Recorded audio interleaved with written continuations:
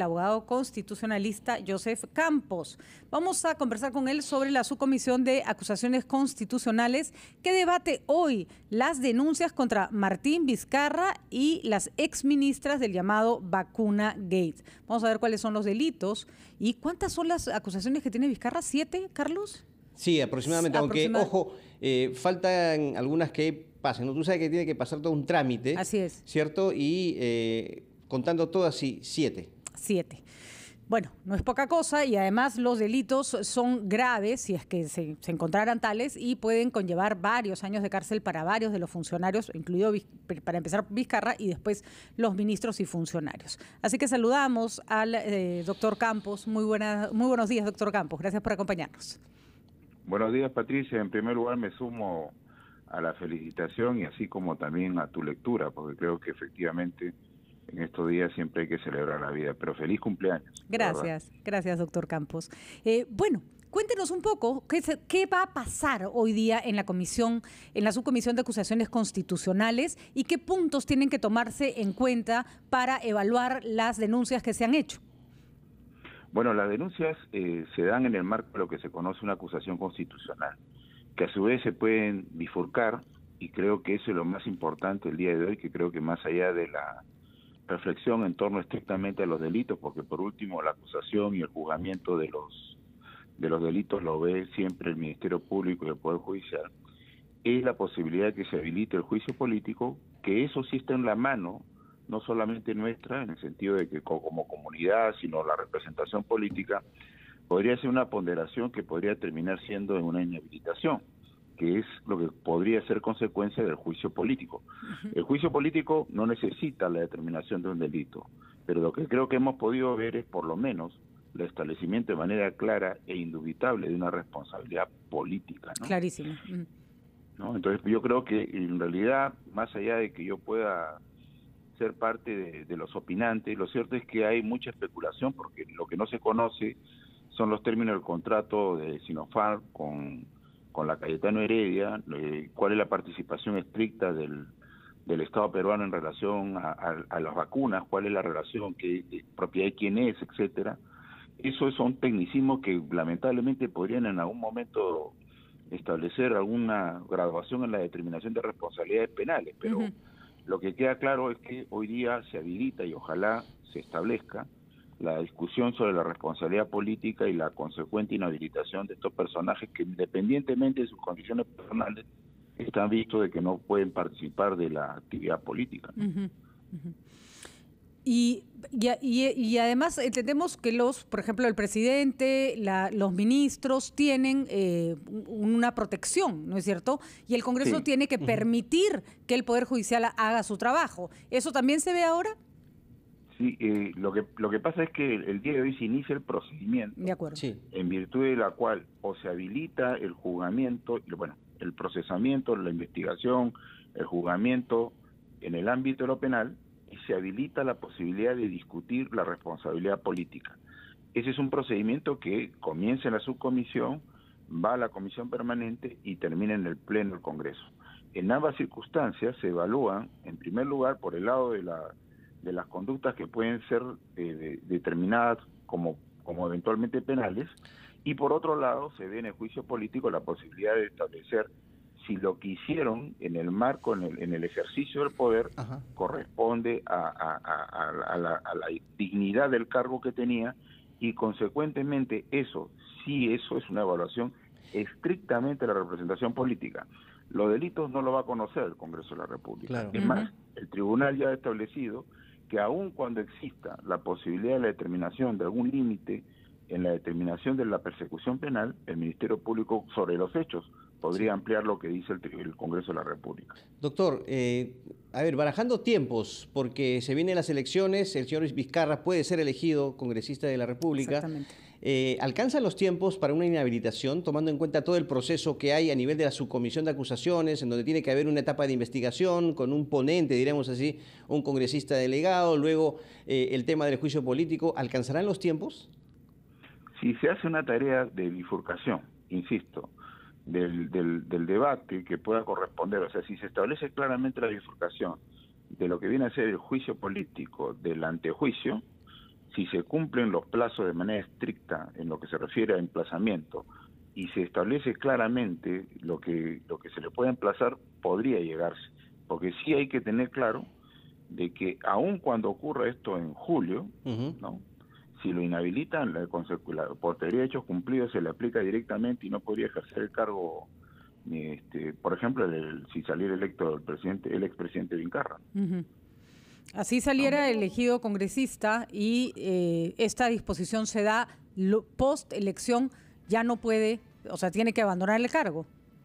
Lo que pasa es que aparece un supuesto en virtud de la cual no puede ejercer el cargo. El cargo lo tendrá, pero no lo podrá ejercer precisamente por la inhabilitación. Claro. Entonces, esa es la importancia de esta situación, porque yo creo que más allá de que podamos tener una expectativa razonable en lo que se refiere a la imputación de los delitos, lo que está llamado a hacer este Congreso con responsabilidad es establecer claramente que personajes que han hecho lo que han hecho en este momento, que nos llama tanto la indignación, no pueden participar en la política. Así es simple. Entonces, eso sí está en manos de la representación política. Lo de los delitos, Campos, qué delitos cometieron, eso no. Doctor Campos, ¿nos permite ir a una pausa para hacerle un par de preguntas más y luego terminamos la entrevista? Son las 7:15. 7:19 de la mañana, seguimos en la rotativa del aire con Patricia del Río y quien les habla, Carlos Villarreal, conversando con el abogado constitucionalista Joseph Campos. Y quería justamente, Patricia, compartir, porque tenemos el acceso respectivo a el informe de calificación y también, por supuesto, compartirlo con el doctor Campos, en donde esto, por supuesto, va a ser sometido a debate, doctor, procedentes denuncias constitucionales contra Martín Vizcarra en el extremo referido a organización criminal, concusión, peculado doloso, cohecho pasivo propio, negociación incompatible y tráfico de influencias. También en el extremo, y aquí se incluye a Pilar Macetti y Elizabeth Astete, en el extremo de presunta infracción constitucional de los artículos 38, 39 y 118 de la Constitución. Esto es lo que se va a poner obviamente en debate. ¿Cuál es su análisis, doctor, sobre estos términos, en donde hay procedencia en un extremo, obviamente, de la denuncia? Bueno, para comenzar, espero que haya la sensatez de establecer con vocación de que vaya avanzando, insisto, el tema del juicio político, que es la segunda parte, ¿no? La denuncia constitucional, donde incluyen a las dos exministras, ¿no? Personajes con las cuales yo no tengo ni siquiera una aproximación para determinar su bonomía, sus condiciones personales, pero lo que se ha evidenciado es que podrán ser los mejores profesionales, pero no están hechos para el ejercicio de un cargo público. Por eso, para comenzar, ¿no? Respecto a lo demás, se podrá habilitar como supuestos de investigación, porque insisto, en mi lectura, cuando he escuchado muchas personas que entusiastamente hablan de una serie de delitos, creo que el tema es más complejo. Hay diversas relaciones que se forman y que de alguna manera podría generar un tecnicismo en virtud de la cual una defensa de cualquiera de estas personas podría llevar a una expectativa, de tal manera, a una frustración de una expectativa en la comunidad, de tal manera que creo que, no obstante reconocer que todo esto es organización criminal que habría que verificar, ¿no? Porque probablemente estemos tan simple entre un peculado agravado, un cohecho, delitos específicos, probablemente si nosotros nos mantenemos en la atención de los delitos, probablemente la frustración por un tecnicismo podría empoderar al investigado. Yo creo que está bien, dejemos que se habilite, que el Congreso habilite la investigación sobre todos los delitos que se quieran. Además, la investigación judicial suele ser mucho más prolija y más inteligente, porque además esa es su especialidad, cuando la hace el Ministerio Público que cuando la hace el Congreso de la República, ¿no es cierto? Exacto. Y en la primera, que el Ministerio Público deseche alguna imputación hecha en la política, eso lo empodera al personaje. Así es. ¿No? A la personaje. Entonces, yo creo que lo relevante aquí es establecer claramente qué es lo que está en las manos de la representación política. Recordemos, solamente recordemos, doctor, y ya que usted habla de antecedentes importantes, el caso de César Inostroza y el tema de la organización criminal, que no se pudo tipificar bien en el Congreso y después eso más bien lo ayudó a Inostroza, porque no fue extraditado por ese Ahora, motivo. ¿qué probabilidad se habría de que, por ejemplo, el candidato Vizcarra dijera por qué me inhabilitan a mí y no inhabilitan a otros candidatos que tienen imputaciones serias en el Poder Judicial? La señora Keiko Fujimori, el señor Ollantumala, por ejemplo, ¿no? No, por lo que pasa es que este juicio político se hace en el marco de los supuestos de que se subsume el tipo de juicio político. Él ha estado en el cargo y ha utilizado el cargo a propósito de este asunto. Entonces, probablemente aquí no esté en discusión, porque probablemente por un tecnicismo tengamos la impresionante conclusión jurídica de que no hay responsabilidades si es que, por ejemplo, digamos, hubo una relación privada, estrictamente privada, entre la Cayetano y los laboratorios chicos. Entonces, en ese escenario, probablemente, para mí discutible, porque no había más que un solo comprador, había un solo destinatario, que era el Estado peruano. Sí, probablemente ese contrato, que no lo conocemos, establecer el ensayo como parte de un contrato preparatorio previo al contrato final, todas esas circunstancias pueden ser como pueden ser que no lo sean. Siempre se dijo, pero eso tendría que estar en el contrato, que el hecho de que se hicieran ensayos, no solo de Sinopharm, sino de otras vacunas en el Perú, ponían en primera línea de compra al país, ¿no es cierto?, en donde se hacían contratos. O sea, no parecía estar muy desligado la compra del hecho de que el ensayo se diera en nuestro país, ¿no? Claro, y además lo más relevante probablemente de la construcción de una hipótesis delictiva no esté en lo que se ha hecho, sino que más bien lo que no se había hecho de manera previa, que son los acuerdos con otros laboratorios. ¿Y por qué solamente con Sinopharm? Probablemente ahí tenga una investigación.